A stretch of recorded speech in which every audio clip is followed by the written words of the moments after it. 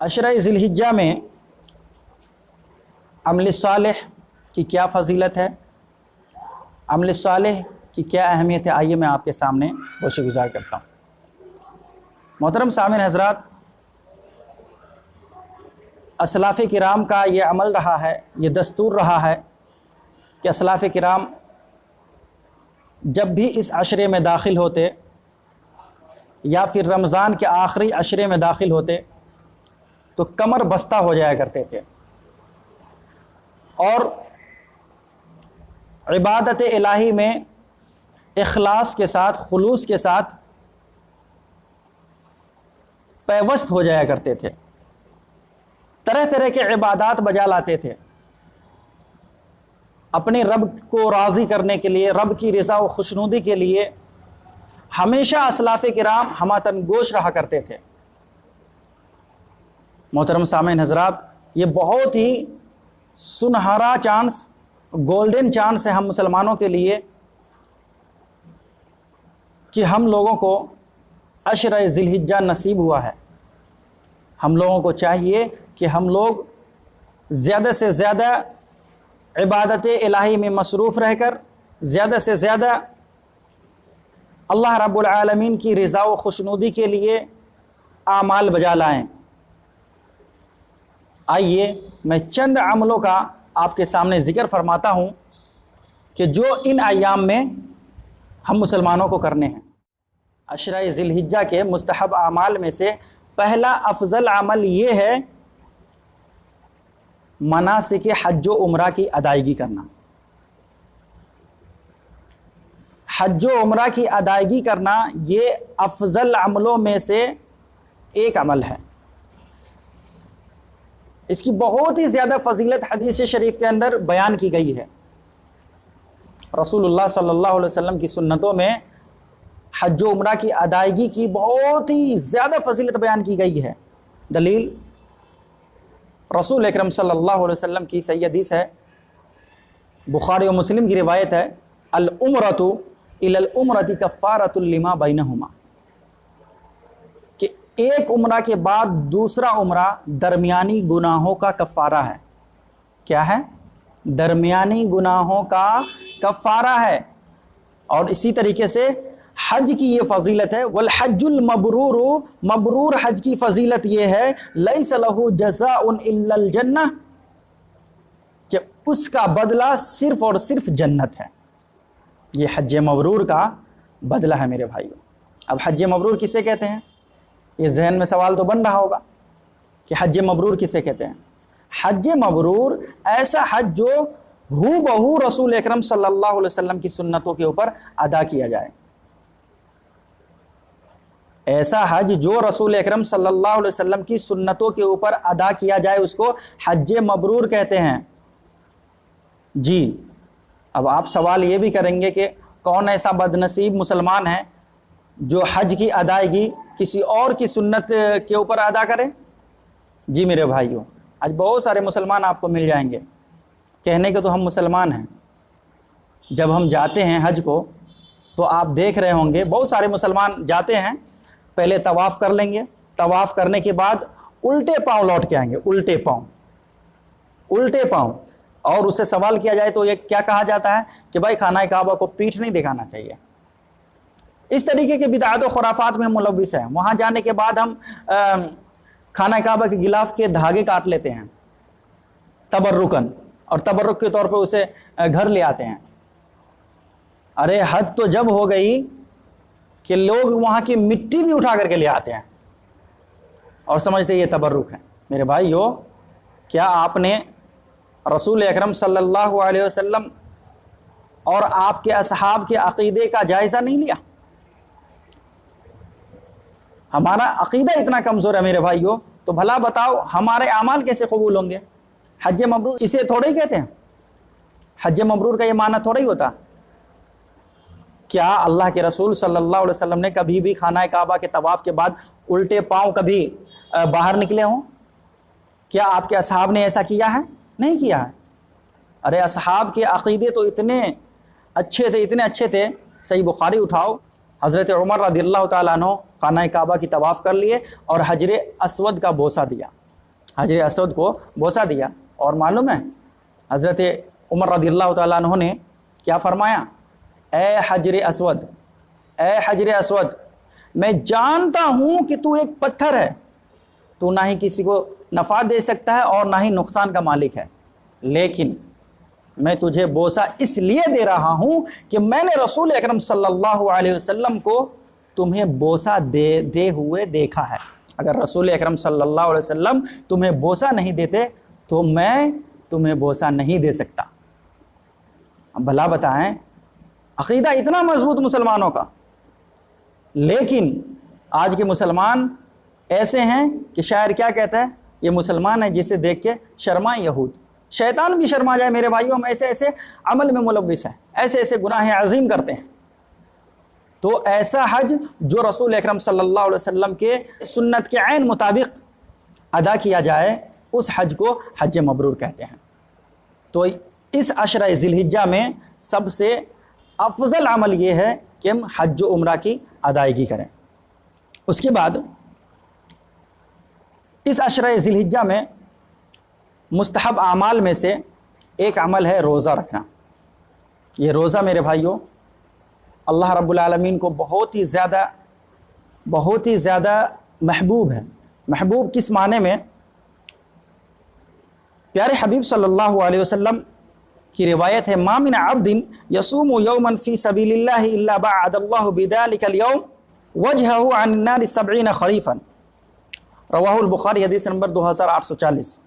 اللہ کے رسول صلی اللہ علیہ وسلم نے ارشاد فرمایا، جو شخص اللہ کے راستے میں ایک دن کا روزہ رکھتا ہے، زیادہ دن نہیں، ایک دن کا روزہ رکھتا ہے، اخلاص کے ساتھ، محبت کے ساتھ، چاہت کے ساتھ، اس روزے میں ریاکاری نہیں ہوتی، دکھاوا نہیں ہوتا، تو اللہ کے رسول صلی اللہ علیہ وسلم نے فرمایا الا باعد اللہ بذلک اليوم وجہہ عن النار 70 خریفا.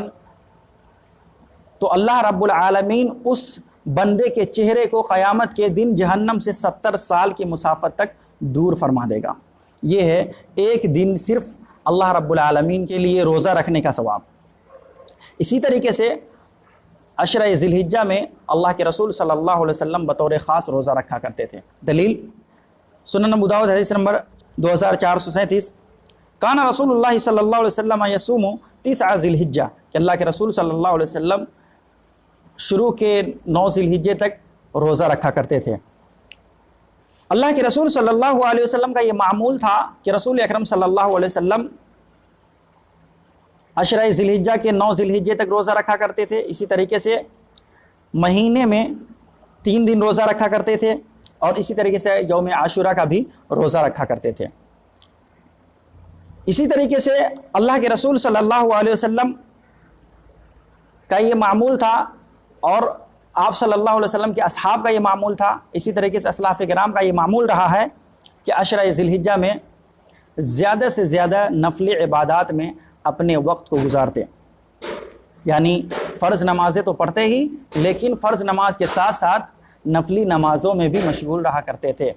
ہم لوگ آج فرض نماز نہیں پڑھ پا رہے ہیں، نفلی نمازیں ہم کہاں سے پڑھ پائے؟ جب تک ہم فرض نماز نہیں ادا کریں گے تو نفلی عبادت ہم سے تو ہونا بہت ہی ناممکن ہے. تو سب سے پہلے فرض نماز کی ادائیگی کریں، اس کے بعد فرض نماز کے ساتھ ساتھ نفلی عبادتوں میں نفلی نمازیں بھی ادا کریں. حضرت ابو ہریرہ رضی اللہ تعالیٰ عنہ حدیث کے راوی ہے، وہ فرماتے ہیں کہ رسول اکرم صلی اللہ علیہ وسلم نے فرمایا کہ اللہ تعالیٰ فرماتا ہے، یعنی یہ حدیث قدسی ہے، اللہ کے رسول صلی اللہ علیہ وسلم نے فرمایا کہ اللہ رب العالمین فرما رہا ہے کہ میرا بندہ جو ہے جب مجھے پکارتا ہے تو میں اس کے شہ رگ سے بھی زیادہ قریب ہو جاتا ہوں. یعنی اللہ رب العالمین کو اتنی محبت ہے اپنے بندے سے کہ بس اس کا بندہ پکار کے تو دیکھو، پکارنے سے رب ملتا ہے. اللہ رب العالمین کے در پہ اپنے سر کو جھکا کر کے تو دیکھو. اللہ کے رسول صلی اللہ علیہ وسلم نے کیا فرمایا کہ اگر کوئی بندہ اپنے رب کو پکارتا ہے تو اس کا رب جو ہے اس کے شہ رگ سے بھی زیادہ قریب ہو جاتا ہے. یہی نہیں بلکہ اگر وہ بندہ اسے اکیلے میں یاد کرتا ہے تو اللہ رب العالمین بھی اکیلے میں یاد کرتا ہے. اگر وہ بندہ مجمع میں اپنے رب کو یاد کرتا ہے تو وہ اس بندے کو اللہ رب العالمین فرشتے کی بہترین محفل میں یاد کرتا ہے. اور اللہ کے رسول صلی اللہ علیہ وسلم نے فرمایا کہ اللہ رب العالمین فرماتا ہے کہ اگر بندہ ایک بالشت اپنے رب کی طرف بڑھتا ہے تو اس کا رب جو ہے ایک ہاتھ اس کی طرف بڑھتا ہے. یہ ہے رب کی محبت اپنے بندوں کے ساتھ. تو ہمیں چاہیے کہ ہم لوگ فرض نماز کے ساتھ ساتھ نوافل کا بھی اہتمام کریں اور خاص کر کے اس عشرہ ذی الحجہ میں زیادہ سے زیادہ نفلی عبادتوں میں مشغول رہیں۔ اسی طریقے سے ایک عمل ہے اللہ کا ذکر کرنا۔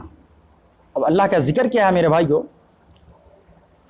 اللہ کا ذکر بہت ہی اہم ذکر ہے۔ ہم جہاں کہیں بھی رہیں ہمیں چاہیے کہ اللہ کے ذکر میں مشغول رہیں، انہی ایام میں نہیں بلکہ ان کے علاوہ بھی جہاں کہیں بھی رہیں۔ قرآن مجید نے کہا فاذکرونی اذکرکم، دیکھو تم مجھے یاد کرو میں تمہیں یاد کروں گا، یعنی اللہ رب العالمین کو ہم جب یاد کرتے ہیں اللہ رب العالمین بھی ہمیں یاد کرتا ہے۔ اللہ کے رسول صلی اللہ علیہ وسلم کی بہت ہی پیاری حدیث ہے، ما من ایام اعظم عند اللہ ولا احب الیہ العمل فیہن من هذه الایام العشر فاکثروا فیہن من التہلیل والتکبیر والتحمید۔ اللہ کے رسول صلی اللہ علیہ وسلم نے فرمایا کہ اللہ کے نزدیک نہایت عظمت والے اور محبوب دن ایام عشرہ ذی الحجہ کے مقابلے میں کوئی اور دن نہیں ہے۔ یعنی عشرہ ذی الحجہ میں اگر بندہ اپنے رب کو یاد کرتا ہے تو اللہ رب العالمین بہت ہی زیادہ پسند کرتا ہے، اس بندے کو اللہ رب العالمین بہت ہی زیادہ پسند کرتا ہے، ان کی یادوں کو بہت ہی زیادہ پسند کرتا ہے۔ تو ہمیں چاہیے کہ ہم لوگ اللہ کے تسبیح میں، اللہ کے ذکر و اذکار میں لگے رہیں۔ اسی طریقے سے میرے بھائیوں، اللہ کے رسول صلی اللہ علیہ وسلم نے ارشاد فرمایا کہ دیکھو تسبیح اور تحلیل کی فضیلت کیا آتی ہے۔ تسبیح اور تحلیل کی فضیلت بہت ہی زیادہ بیان کی گئی ہے میرے بھائیوں۔ مسلم شریف 223 نمبر کی روایت ہے، الطہور شطر الایمان، صفائی جو ہے آدمی کا آدھا ایمان ہوتا ہے۔ آج مسلمانوں کے محلے جہاں سے شروعات ہوتے ہیں وہیں سے گندگی شروع ہو جاتی ہے۔ ہمارا آج دل صاف نہیں ہے تو ہمارا ایمان کیسے صاف ہو؟ اللہ کے رسول نے کیا فرمایا؟ الطہور شطر الایمان، ایمان جو ہے اس چیز کا نام ہے کہ مسلمان پاک صاف رہے، صاف ستھرا ہے۔ الطہور شطر الایمان، صفائی جو ہے انسان کا آدھا ایمان ہے، مسلمان کا آدھا ایمان ہے۔ والحمدللہ تملأ المیزان، اور الحمدللہ کہنا کہ میزان کو اجر و ثواب سے بھر دیتا ہے۔ وسبحان اللہ والحمدللہ تملأان او تملأ ما بین السماوات والارض، یہی بات نہیں ہے بلکہ سبحان اللہ کہنا، الحمدللہ کہنا دنیا کے اندر تمام کی تمام چیزوں کو اجر و ثواب سے بھر دیا کرتا ہے۔ یہ ہے اللہ رب العالمین کی تسبیح و تحلیل کی فضیلت۔ اس لیے ہمیں چاہیے کہ ہم لوگ اللہ رب العالمین کے تسبیح و تحلیل میں اپنی اوقات کو زیادہ سے زیادہ صرف کریں۔ اسی طریقے سے میرے بھائیوں، یہ تسبیحات جو ہے اللہ کے یہاں سب سے زیادہ محبوب کلام ہیں، جیسا کہ حضرت سمرہ ابن جندب رضی اللہ تعالیٰ عنہ کا بیان ہے کہ رسول اکرم صلی اللہ علیہ وسلم نے فرمایا، احب الکلام الی اللہ تعالی اربع لا یضرک بأیہن بدعت سبحان اللہ والحمد للہ ولا الہ الا اللہ واللہ اکبر، یعنی احب الکلام الی اللہ تعالی اربع، اللہ رب العالمین کو یہ چار کلمات حد سے زیادہ محبوب ہے، یہ چار کلمات، اور یہ ایسے کلمات ہیں جو مشکل نہیں ہیں، آپ کو بھی یاد ہوگا۔ احب الکلام الی اللہ، اللہ رب العالمین کو بہت ہی زیادہ محبوب ہے۔ احب الکلام الی اللہ تعالی اربعون، چار ایسے کلمات ہیں جو اللہ رب العالمین کو بہت ہی زیادہ محبوب ہے۔ وہ کون سی؟ سبحان اللہ، سبحان اللہ کس کو نہیں آتا؟ سبحان اللہ، والحمد للہ، ولا الہ الا اللہ واللہ اکبر، یہ چاروں ایسے کلمات ہیں میرے بھائیوں جو اللہ رب العالمین کو بہت ہی زیادہ محبوب ہیں۔ اسی طریقے سے حضرت ابو ہریرہ رضی اللہ تعالیٰ عنہ فرماتے ہیں کہ اللہ کے رسول صلی اللہ علیہ وسلم کو بھی یہ کلمات بہت ہی زیادہ پسند ہیں۔ حدیث رسول ہے، اللہ کے رسول صلی اللہ علیہ وسلم نے فرمایا، لَأَنْ أَقُولَ سُبْحَانَ اللَّهِ وَالْحَمْدُ لِلَّهِ وَلَا إِلَهَ إِلَّا اللَّهُ وَاللَّهُ أَكْبَرُ أَحَبُّ إِلَيَّ مِمَّا طَلَعَتْ عَلَيْهِ الشَّمْسُ، کہ سب سے زیادہ مجھے یہ بات پسند ہے کہ میں اللہ رب العالمین کی تعریف بیان کروں، اللہ رب العالمین کی تقدیس بیان کروں، اور کیا کہوں؟ سبحان اللہ والحمد للہ ولا الہ الا اللہ واللہ اکبر۔ تو مجھے اتنا محبوب ہے جس پر سورج طلوع ہوا، یعنی تمام کی تمام چیزوں سے، دنیا کی تمام چیزوں سے اللہ کے رسول صلی اللہ علیہ وسلم کو یہ اعمال زیادہ محبوب ہے۔ تو ہم لوگوں کو بھی چاہیے کہ یہ ایسے الفاظ کے ساتھ ہم بھی اللہ رب العالمین کے ذکر و اذکار میں مشغول رہیں۔ اسی طریقے سے میرے بھائیوں، اس تسبیح کی بہت ہی زیادہ حدیث کے اندر فضیلت بیان کی گئی ہے۔ اگر ہم سبحان اللہ والحمد للہ ولا الہ الا اللہ واللہ اکبر کہتے ہیں تو ہمارے لیے جنت میں شجر لگایا جاتا ہے، درخت لگایا جاتا ہے ہمارے نام۔ بھلا بتائیے، کبھی کبھی ایسا آپ نے دیکھا ہی ہوگا یہ دنیا کے معاملے میں بھی کہ پی ایم کے نام سے، پرائم منسٹر کے نام سے، مکھیہ منتری کے نام سے درخت لگایا جاتا ہے۔ کسی بڑے بڑے ایسے لوگ جو کہ مہان ہوتے ہیں، جو کہ بڑے عالم ہوتے ہیں، سائنٹسٹ ہوتے ہیں، ڈاکٹر ہوتے ہیں، ان کے نام سے کوئی اسکول کھولا جاتا ہے، ہاسپٹل کھولا جاتا ہے۔ اسی طریقے سے اللہ رب العالمین جو ہے اپنے نیک بندوں کے نام، جو بندہ یہ ذکر کرتا ہے سبحان اللہ والحمد للہ ولا الہ الا اللہ واللہ اکبر، ایسے ذکر کرتا ہے، ایسے اذکار میں مصروف رہتا ہے، تو اللہ رب العالمین جنت کے اندر اس کے لیے درخت لگاتا ہے۔